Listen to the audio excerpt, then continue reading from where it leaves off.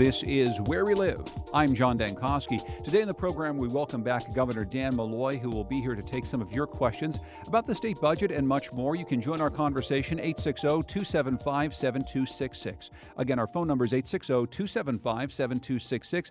You can comment on our website, WNPR.org/Where We Live. You can find us on Facebook and Twitter at Where We Live. He's been doing a series of town hall meetings across the state. More to come, and he'll be talking with you today. Governor Dan Malloy, welcome back to our program. Thanks for being here. Good to be here. I know one thing you're going to be talking about later on today is ending veterans' homelessness in Connecticut. This is something we've been spending quite a bit of time on here at WNPR. We've been covering it closely. We've already in the state said that we've ended chronic homelessness for veterans. We're announcing today that we're essentially ending veterans' homelessness. Yeah, so what happened is in August we were certified as having ended chronic homelessness, which meant we had a way to handle homelessness. We had a way to get veterans into interim housing and then to permanent housing. And by the end of the year, we had actually ended homelessness amongst veterans on a statewide basis. We've been notified yesterday. The HUD secretary called me to formally notify me that they had reached the conclusion that we were, I guess, the second state to do that in the nation. We were the first to end chronic homelessness as they defined it. It's due to a lot of great work.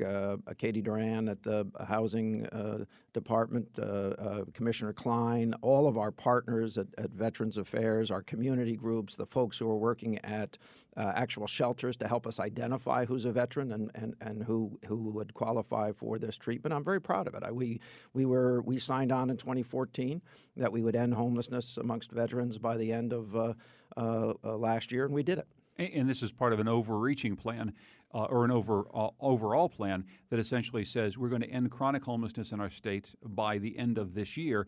And are we heading in that direction? Yeah, I think we are. I mean, I think that, remind the listeners that before I became governor, we didn't even have a state housing department, which is why housing had, I think, fallen to the wayside. So it was being addressed in some communities, but there was no statewide coordination of those efforts. And since then, we've committed $1 billion to get housing built, including many affordable units, 11,000 committed to last year alone, over 16,000 committed to in the last few years. These units are coming online.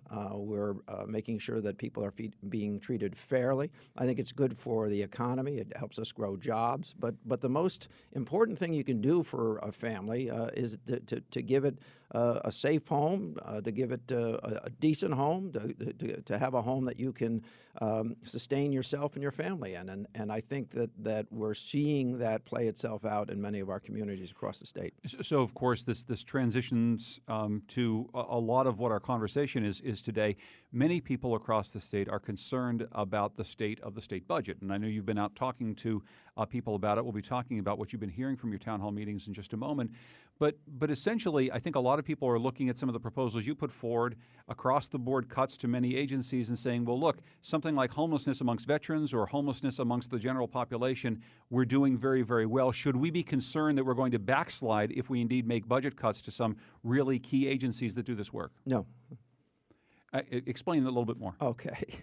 Housing is a commitment. What I'm saying is we have to address our core services, and clearly housing is a core service. That doesn't mean that we can afford to ignore economic realities. It's clear that the Great Recession had long-lasting impact on the American economy. We had all hoped, economists across the country, across the world had predicted that although it might be a little bit slower, it would be, in essence, a normal recovery from the Great Recession. That's not true.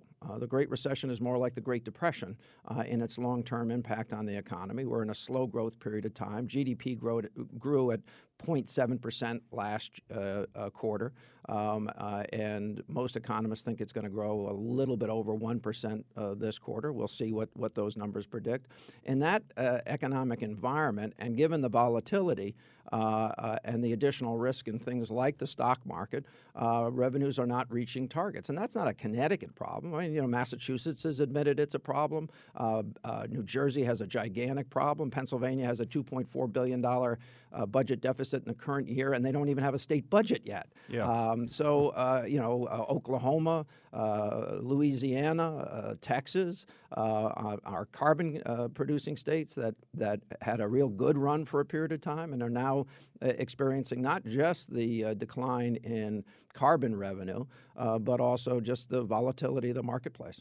So, I just got a tweet beforehand because they'd heard me talk about difficult economic times, and a lot of people say, well, don't conflate the economy with the state budget. Many other people say don't conflate the economy with the stock market. But in essence, what I hear you saying, not just today, but in some of the meetings that you've been having with people, is that these things are really connected. The fact that we can't get the tax revenue has in part to do with Wall Street. The fact that we aren't recovering as quickly as we should. Well, yeah, we're getting jobs back, but they're lower paying jobs. Talk this through a little bit and how it actually impacts the state budget that you have to put in front of people. Well, we should be very proud of the fact that Connecticut has recovered over 100,000 jobs that were lost in the Great Recession. But there is a reality of the American economy in the post-Great Recession period that those jobs, by and large, are lower-paying jobs than the ones that disappeared in the Great Recession. You don't need to look any further than in the financial field, where not only was there a downsizing, a substantial downsizing in that marketplace, but as jobs were recreated in the financial markets and in the finance system, they tended to be created at lower levels of compensation, even though high, perhaps to other people's assumptions, lower than they were in that period of time. I think when you have as many people unemployed, when I became governor, I think we peaked at 9.4% unemployment shortly after I was governor. Even though we've gotten that down to 5.2%, a lot of those jobs were lower-paying jobs. In fact, we have recovered all of the low-paying jobs lost in the Great Recession and then some. On the higher income side, we've only recovered 8.2% of the highest portion.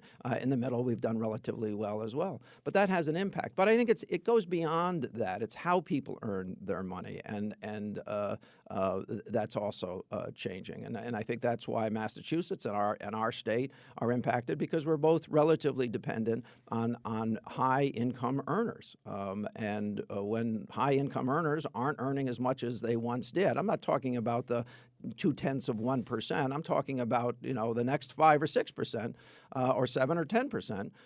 It's going to have an impact, and it's having an impact in our state and in other states. Are you essentially saying that Connecticut residents should be expecting a different level of government service over the next several years as we dig out of this hole? Are you saying that we shouldn't expect as much from government as maybe we have in the past? No, I think we should hold government to a pretty high standard. We've made some very big investments over the last 4 or 5 years in technology. Now it's time for that technology implementation program to pay off. Well, we should find less expensive ways to deliver the services that we need to deliver. We need to educate our children. We need to have a criminal justice system. We need to take care of those with disabilities and those who are dependent on government. What government does, in essence, with that group of folks is to spread the cost amongst our fellow citizens, as opposed to impoverish any single family. Those are our core services, and I think that we need to concentrate on our core services and make sure that we're appropriately providing those and doing that in a way that's less expensive. I think what we're hearing people say, though, is those who are really concerned about people with disabilities in the states worry that across-the-board cuts in a time of crisis fall disproportionately on them, that indeed the same, and we talked about this on our program yesterday a little bit, that the same $10 or $100 or $1,000 that is spent in one place might have a different impact than if spent in another place. And many disabilities advocates, people who are worried about kids trying to get off of drugs, and we're going to talk about heroin a little bit on the program, that these people really need services that they feel are going to go by the wayside as part of these cuts. I don't believe that's the case, and we're going to do the best job we can to make sure that that's not the case. But the reality is fewer dollars are coming in. And if fewer dollars are coming in, then fewer dollars are going to go out. And that's why I think we have to concentrate on very much on our core services, including those services for those folks who have real challenges in their life. Should we figure out a way to bring in more money to pay for some of these services, though? The revenue piece of this is, of course, a big question you get a lot. You've said that you don't want to raise taxes on Connecticut residents. We had to go through one big tax increase before. You and I have certainly talked about this before.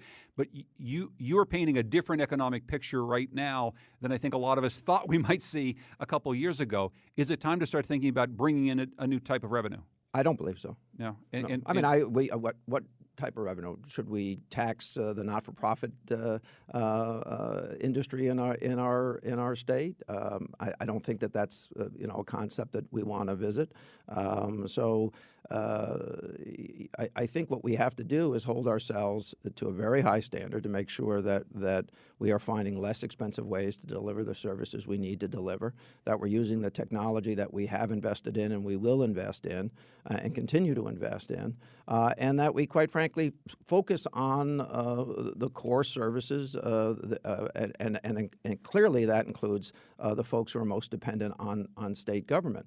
But you can't be all things to all people.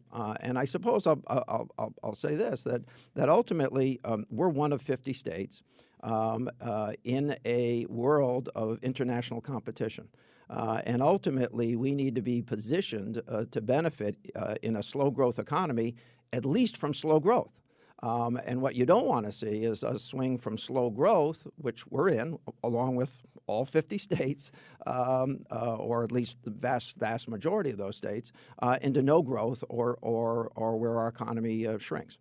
One of the changes that you've proposed in order to make Connecticut run more efficiently is providing a little bit more leeway, and this is in your proposal, it's not yet been voted on in the legislature, to provide more leeway to your commissioners, heads of departments, perhaps less line item control by the state legislature. Some in the legislature are worried about that. I'm frankly less concerned about how they feel about that. What I'm concerned about is people who say, will this circumvent the public hearing process? Will it be less transparent how this money is being spent?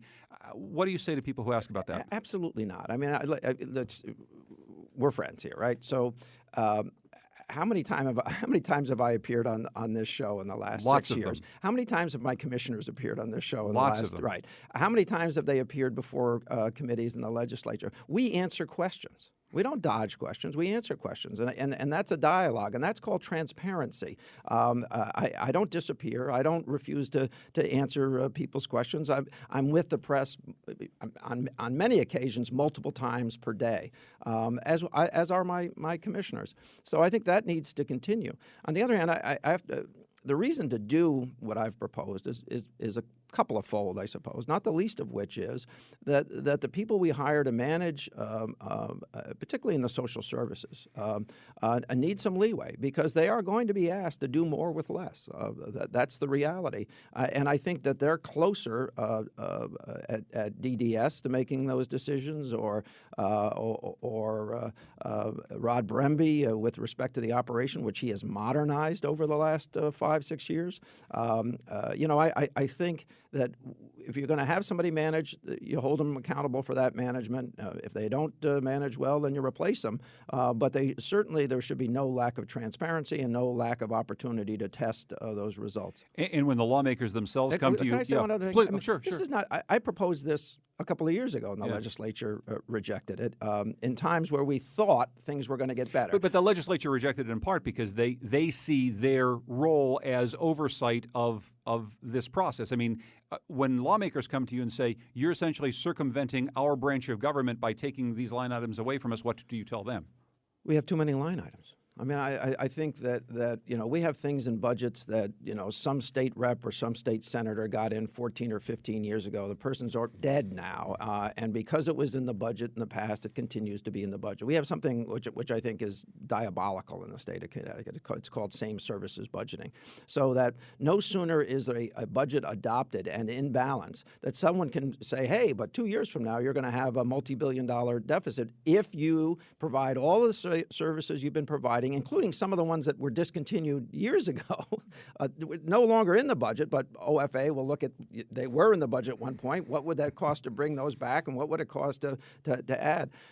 It puts spending on automatic pilot, or the assumption that we're going to have double-digit, in many cases, or high single-digit growth in revenue. It hasn't happened, and nor have we actually ended up budgeting that way 2 years later when everyone said you'd have X, Y, or Z. So I think we need to modernize the system. I think we need to modernize our approach. And the other thing I'll say to members of the legislature is that you're going to have a real hard time this year. We're not going to spend more money than we bring in. And if you insist on budgeting differently, then rebuild the budget you want, but understand that we're not going to spend more money. We're talking with Governor Dan Malloy. Let's go to the phones and take some of your questions. And a lot of people do have questions, including Joe in Hartford. Hi, Joe. Go ahead. Hi. Thanks for taking the call. Listen, I support the governor's administration and everything that he does. I do have one comment and one question. The comment is, from my perspective, I think that the governor's administration could do a better job in communicating the terms of our deficit. At one point we hear there's a surplus, and we have a $350 million deficit, then a $500 million deficit, and we're sort of all over the place, and it's not a consistent message. And I think that kind of throws the public a little bit and makes us a little bit wary about what's really kind of do we really have a handle on that? Mm-hmm. So let me can you hang on? Let me just handle that one so we don't lose it. Listen, we're required to give income numbers and receipt numbers on a fairly regular basis. It's written into statute, and I began saying at the end of last June. Last June, that the volatility in the stock market was going to produce lower returns in the state of Connecticut. When I said that, people said, "Oh, look, he's setting us up. He's not being truthful. He wants to make more cuts in the budget." That's what people said. I was right. And in point of fact, it got worse towards the end of the year. And when we got GDP growth numbers for the fourth quarter of last year, on a national basis, the economy, GDP only grew at 0.7%, which was, our target historically has been to grow at 3%. So clearly there's something going on. Part of it's on Wall Street, part of it's oil, part of it's China, part of it's Europe. I watch this stuff every single day, and I'm not going to stop telling people the truth as that truth evolves. And truth does evolve. You learn more each day. I think part of, and Joe, thank you very much for that. I mean, I think part of what Joe's getting at, though, is just the way we communicated. We are all friends here, and we've talked in the past about whether or not Connecticut has a deficit, whether or not we actually can say that when the revenues don't track the right way, we may have a deficit. And we've actually argued about the semantics of that. I think what Joe and many people who talk to me say is, well, let's just say if we have a deficit that we have to fill a hole with, let's call it a deficit. Well, okay. A deficit is when you end the year, right, not in balance. And we can't do that at the state. Right. We're not allowed to. Well, in essence, you can. You just have to then correct it the next year, which is the legal requirement. Sure. So the use of the word deficit, I guess what I have a proposal. Sure. You and I will be the only people in the state to use the term potential deficit. Potential because deficit. that's what we have. If we don't end in balance by June 30th, and if we don't anticipate that we're going to do that, if we don't change our behaviors, then we have a potential deficit. You don't have a deficit until you certify the numbers after July 1st. I'm going to hold you to it. I love the term potential deficit. I don't love the notion that we have one, but I love the term itself. Travis in Newington, go ahead. Let me just say one thing before Travis says. We always have a potential deficit. Well, sure. Yeah. But sometimes that potential looms larger than others. And it feels now as though that is more in our face than it has been at other times in the past. Sure. And so imagine how I felt when I inherited a state that had a potential 2-year deficit of $7 billion. Imagine how that felt. I can't imagine it felt very well. Travis in Newington, go ahead. Hi, good morning, Governor, and thanks for letting me on your show. I love the show. So we understand that you don't want to raise more revenue by raising taxes, but what are we doing to make government service more efficient? DOT's already done cost analyses that show there's a 46 to 63% cost savings by bringing more work back in-house. And we were wondering if you've done any analyses to find out how much money we spent on outsourcing in a year. I'm not sure anybody believes that there's anywhere near that kind of savings. Advocates for hiring more state employees might believe that. And if it didn't cost us so much money on an basis with respect to our unfunded pension obligations, that may make more sense. People need to understand this. In basic numbers, for every employee that we pay $1 to, we're paying 90 cents for benefits. I want that to sink in. Now, that's not the employee's fault. In fact, it's a lot of politicians' faults. It's former governors and former legislators' faults because we didn't fund our pension system properly. Even though we admitted in 1984 we had a gigantic problem, they didn't fund it. In fact, I'm the 88th governor of the state of Connecticut. I'm the first person to fully fund the pension obligation. Is there anything we can do about that? But that's not the only component part. Sure, of course. Our health care benefits cost about 14% of that 90 cents. So 14 cents goes for health benefits for current employees and what it's going to cost what it costs to pay for retirees. So there are these gigantic built-in costs that no one addressed. Now, we addressed them. We began the process of addressing them in 2011. And perhaps we wouldn't have to have this discussion if we were experiencing 5% economic growth, but we're not. In fact, my friends in New Jersey predicted that they would have 5.5%. That's why they had a $2 billion deficit in a year when we were struggling with a couple of $100 million. So, I mean, there is a reality that we need to confront. If your economy is going to grow at 1% a year or 2% a year or 3% a year, then you can't spend or even assume you're going to spend in the future at 5.5 to 9.9%. It doesn't follow unless you're prepared to raise taxes every year until the last person left in the state turns out the lights. We're going to take a break, and we're going to come back with more of your questions for Governor Dan Malloy. We're taking them on Facebook and Twitter at Where We Live and also at 860-275-7266. This is Where We Live.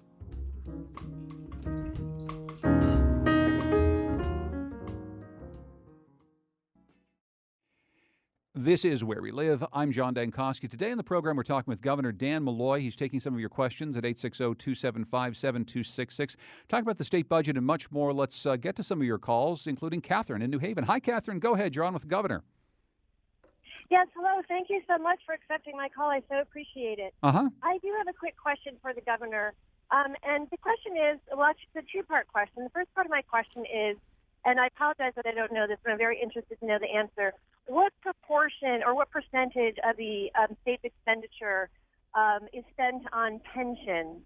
And the second part of my question is, has there been any recent discussion on maybe looking at reforming the pension payout structures, i.e., perhaps putting in a 401k, similar to what's been done in private industry, because pensions have been far too expensive. Sure. Well, I'd love to have comments on that. Great, Catherine. Thank you very much for the questions. Governor?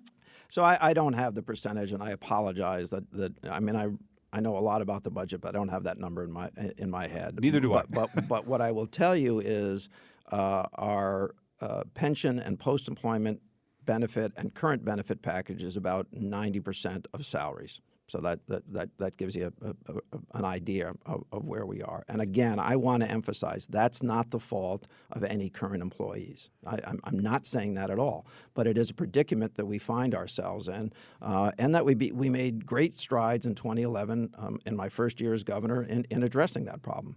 But we made that progress with the assumption that the post-Great Recession world would be very similar to the pre-Great Recession world, and that's clearly not the case. And no one's really even debating that anymore. So we move on.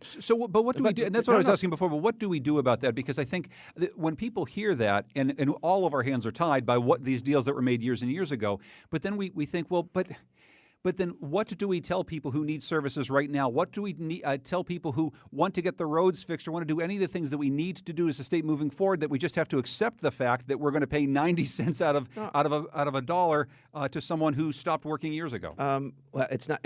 I want to be clear. It's not that. It's all of those folks going back, going forward, and who are currently paid. Just because I don't want to, because people shouldn't be blaming state employees. I don't think a bunch of politicians and some others made really bad decisions and hid things from the public. I am not about hiding this problem. I want to have an honest conversation about it. And quite frankly, what I would like to do is to make sure that we're going to address this so that no one comes up a gigantic loser in the future. So we have saved tens of billions of dollars based on what we did in 2011, but that's not enough. And we're going to have to revisit this issue, and we can wait till 2022. Although right now we're in negotiations on things like pay and work rules and other rules with almost every state employee organization in the state, almost everyone.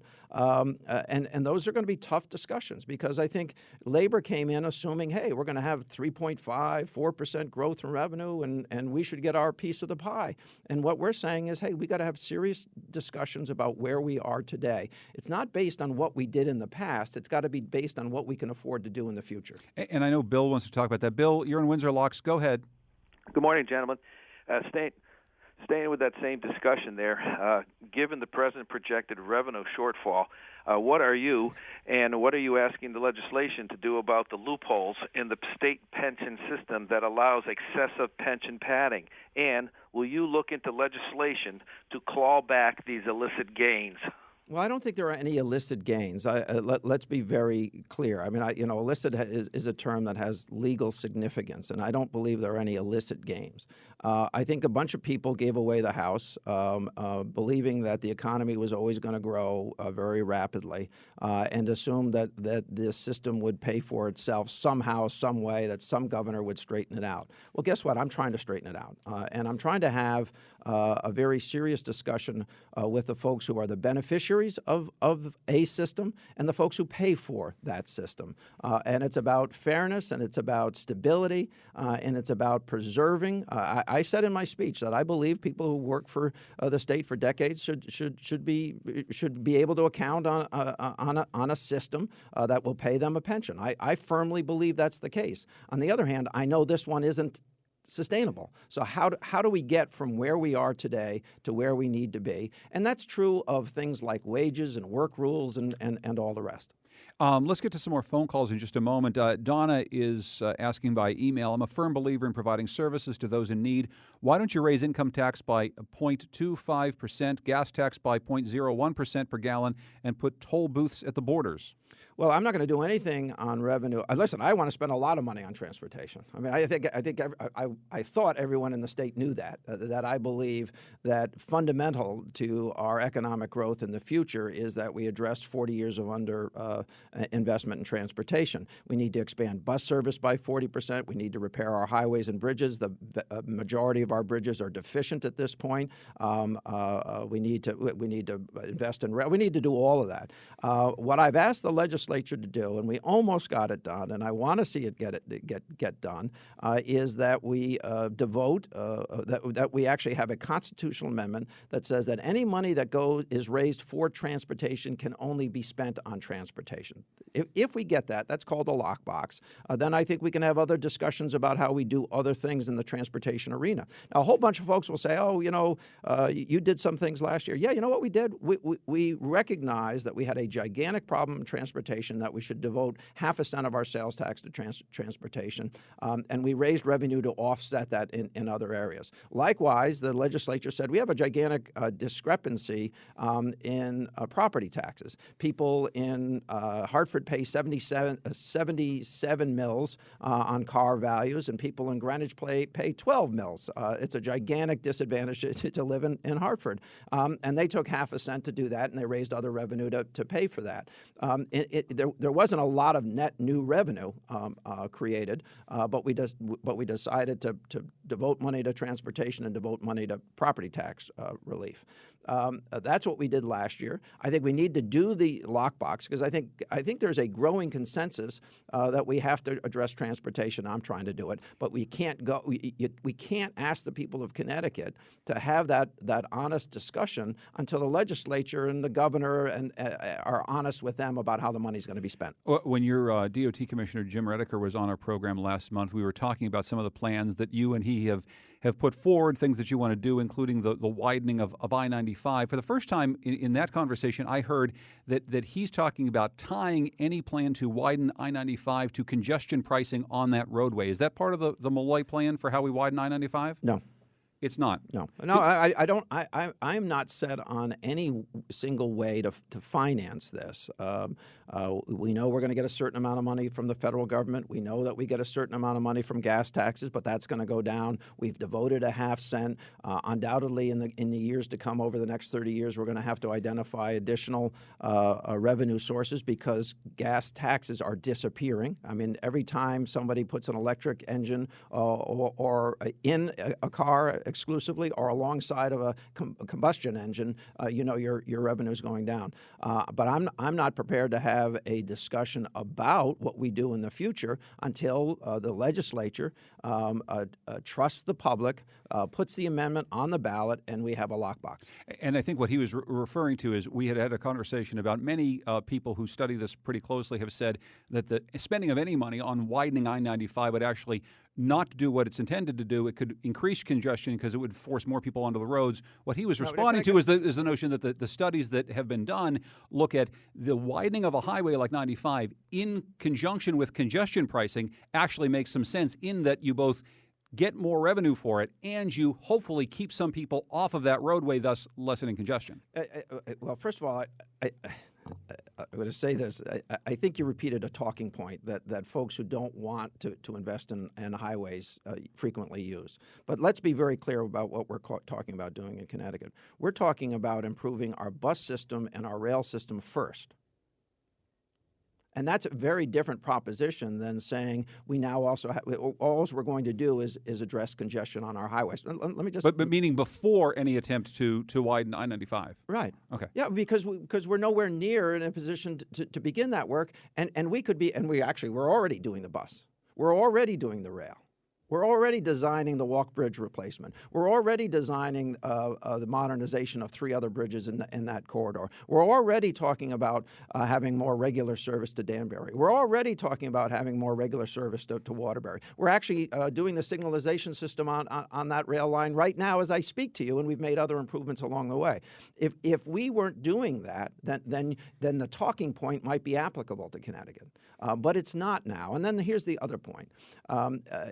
Not everybody's on a rail line. And nor are we likely to spend the money to acquire rights of way to build a rail line or a subway line so that every citizen could do that. But I believe that every citizen has the right to make a decision to live in a community where they don't need a car.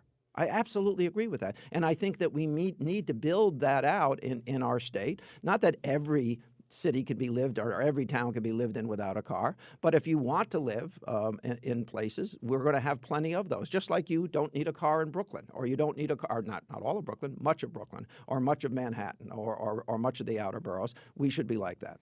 Let's go to Michelle, who's calling from Glastonbury. Michelle, you're on with Governor Dan Malloy. Yes, hi. Thank you for taking my call. My name is Michelle Mudrick, and I'm the legislative advocate for the Connecticut Conference of the United Church of Christ. We serve approximately 235 congregations in the state, and we believe that any short-term benefits from the Hartford area casino would be heavily outweighed by its economic, social, and public health costs. Governor, do you support another casino in the state? Well, what are the costs? Since you've calculated them, what are those costs? Because you're making a statement that one outweighs the other. And by the way, I'm neutral on casinos. This is not my proposal. But you've made a statement that you've calculated what those or implies that you've calculated what those costs are. What are they? Because what we know is we've lost thousands of jobs in the state of Connecticut, particularly in the eastern portion of the state, because of the ubiquitous nature of gaming in the United States as it currently exists. Listen, I've said this, and I'm going to continue to say it every day. I grew up in a United States where there was only one place where you could go and legally gamble, and quite frankly, I think we were better off then. So that's where I begin this discussion. What I would say to you is the folks who get paid in the hotels at casinos, or the folks who get paid to make food at the casinos, or the folks who work at casinos, they think their benefits are outweighing the cost, I can assure you. So I think in fairness, we have to have this discussion. And if we do anything with respect to gaming, I think we should always keep those concerns which your church has identified, and to some extent I very much agree with. But to make a blanket statement that one outweighs another, let me assure you, if you lost your job in a casino over the last 5 years in Connecticut, and by the way, I'm the governor who had to manage the loss of all of that revenue, you thought that job was pretty important. Sure. No, I couldn't agree with you more about the job piece, but there was a report that was put out by the Institute for American Values, a report from the Council of Casinos.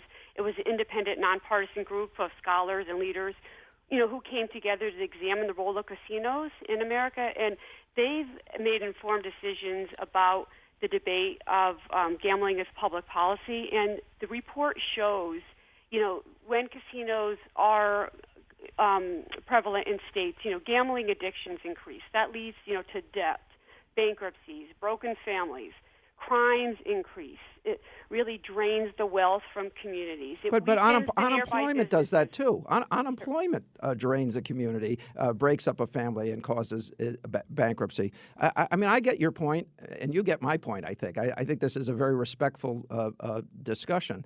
And again, I tell you, I'm honestly neutral on this issue, and I'm studying it and trying to understand it. But I keep asking folks, what are those costs? And I think in fairness, you're repeating a report in general terms about what those costs are. But I know that how many thousands of jobs we've lost, or that we've lost thousands of jobs at the two casinos, and I know that that's had a devastating effect on a lot of families, and will continue to have a devastating effect on the eastern portion of the state that became, in my opinion, overly reliant on that industry. Now we're facing more challenges from the ubiquitous nature of gaming in Massachusetts, in New York, in Rhode Island, in other locations. Whatever we do in Connecticut's not going to change that we have two casinos currently available in the state, two of the largest casinos in the country, and that we have multiple gaming outlets in surrounding communities. That nature is not going to change. And so then I think in that environment, you have to make an informed decision about whether an additional casino in Connecticut adversely impacts the state's economy or has these additional costs, which I agree that there are additional costs. You have to put it all in balance. I get your point. I think you get mine. And just the last thing on that, I think, to pick up on Michelle's point, you said that you have been the governor during this great job loss that happened because the gaming revenues kind of tanked over the course of the last couple of years. And I guess I'm wondering might we not just let our friends in Massachusetts invest heavily in this product that seemingly is not going to be as profitable moving forward? I mean, can we not make that bet ourselves, to use a pun, and say, let's not get into the gaming business. Let's put our money elsewhere. Let's have different sorts of jobs. Let Massachusetts take the tanking gaming industry. Well, let's point out that Massachusetts is in the process of building multiple casinos in many of their jurisdictions. We serve a portion of that marketplace at our two existing casinos, one in particular. Do you win a competition by not competing? Right? Or do you lose a competition by not competing? And what are the costs of doing either of those? Now, I do think, and I give a lot of credit to the Indian tribal nations, that they are doing the very best they can to position themselves as the go-to resorts, whether it's for great entertainment, sports, conventions, and all the rest of it. I don't think they're going to be replaced as the go-to events or event locations. They are going to have great challenges in the future with respect to market share because of these other things. And quite frankly, I'm going to go back to exactly where I began. I'm looking at this. I wish we didn't have gaming at all. Well, thank you very much for your questions, too. Keep them coming at 860-275-7266. We're going to have to take a break. When we come back, we'll go through a whole bunch more stuff. People want to ask a lot of questions of Governor Dan Malloy. You can join us on Facebook and Twitter at Where We Live.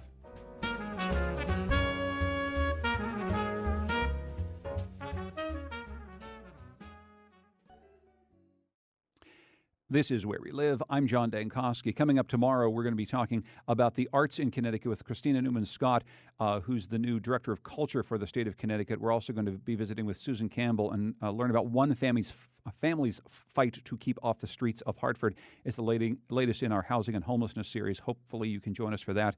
Today, Governor Dan Malloy joins us, taking some of your questions. A lot to get to, some rapid-fire questions quickly from me and from some other folks here. Yes, no. You've introduced legislation to make Narcan more widely available. We've been talking a lot in the state about the heroin epidemic.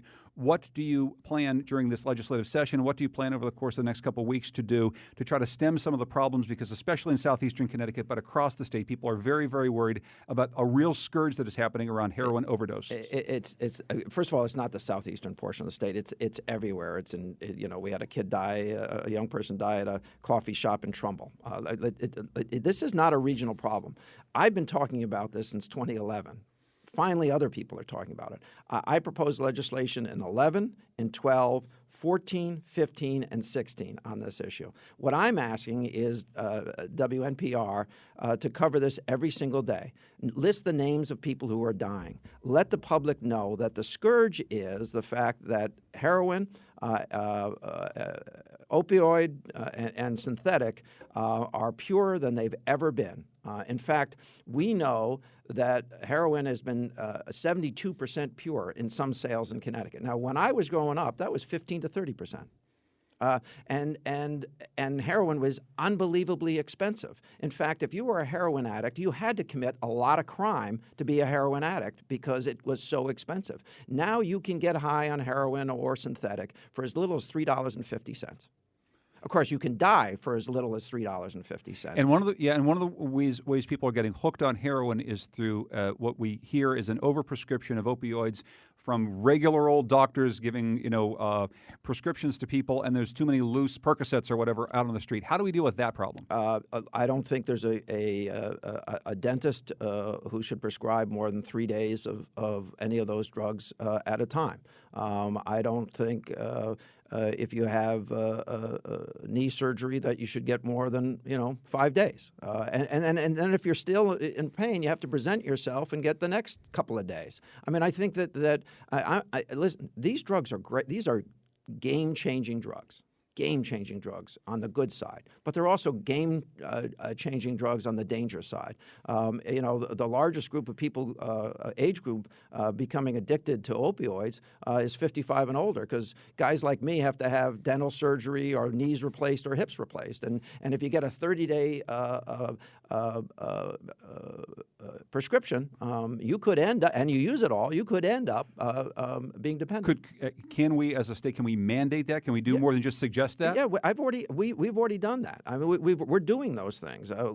Everyone has to check the registry. Every guidelines have been formulated and given out.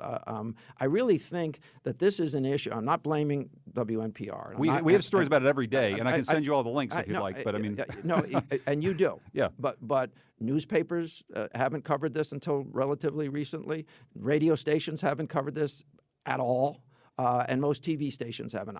I'm appealing. I am appealing to the folks in the media to cover this on a daily basis, to report each and every death, because what's happening, we have kids going out to celebrate their 16th, 18th, 21st birthdays. Some friend says, hey, why don't you get high with this bag that costs $10, and they wake up dead.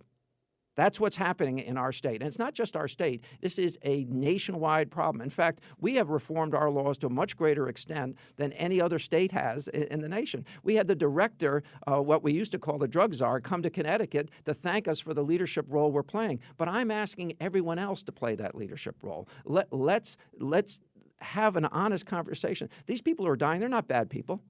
They make mistakes. They get hooked. Or in some cases, I shouldn't say many cases, some cases, it's the first time they've ever used the drug. They just didn't know how pure it was. They didn't know, they ingest it differently than when I was growing up. This is a very different situation, and I've been saying this for years, and I'm glad that folks are paying more attention. Let's go to the phones. Mary in Hartford. Quickly, if you would, Mary, go ahead. You're on Where We Live.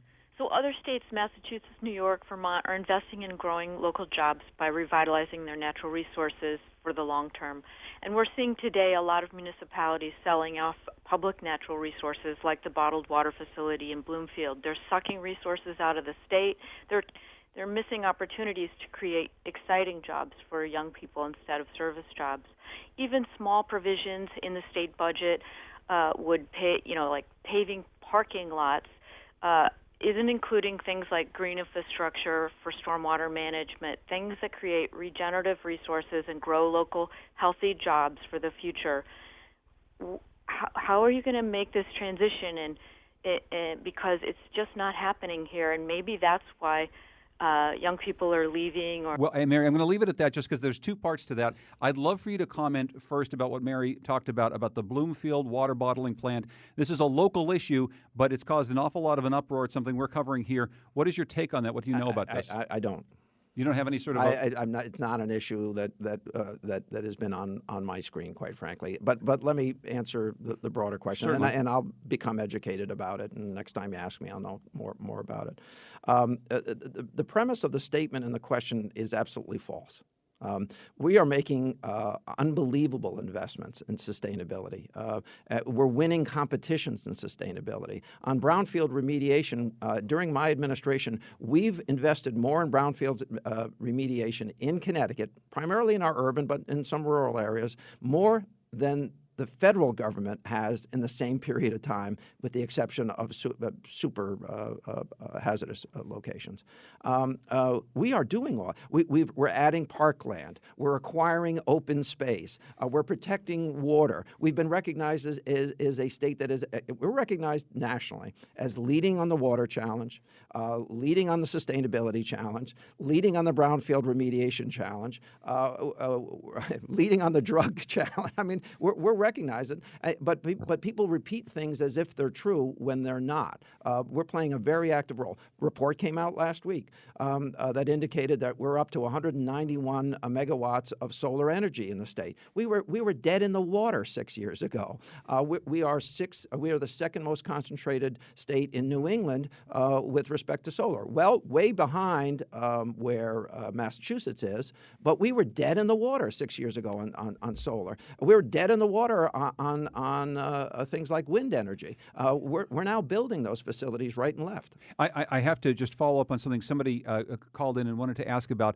Hospital beds available for addicts. We did a story just the other day, our own Harriet Jones, hearing from people in southeastern Connecticut saying, I've got a daughter on the street, I need to get her into a place for treatment, and I just can't. And the question comes back to the start of the program, do we have the beds, the facilities available to treat addicts, and is any of that going to be impacted by the cuts that we have to make? And I'm sorry, we just have a couple minutes, but go ahead. No, the beds situation will not be, and I hope that we can continue the process of adding beds for emergency treatment. The problem, first of all, what we really need to do is make sure that we don't get more addicts. So we need to draw a line, right? And that's where the media and parents and everybody else comes in. Secondly, we need to make beds available. But generally what happens in a bed is you get somebody clean. That's what you do.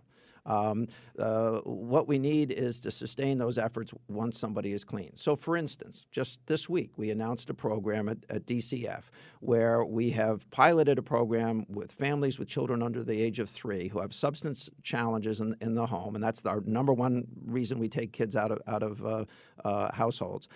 We've worked with 250 families.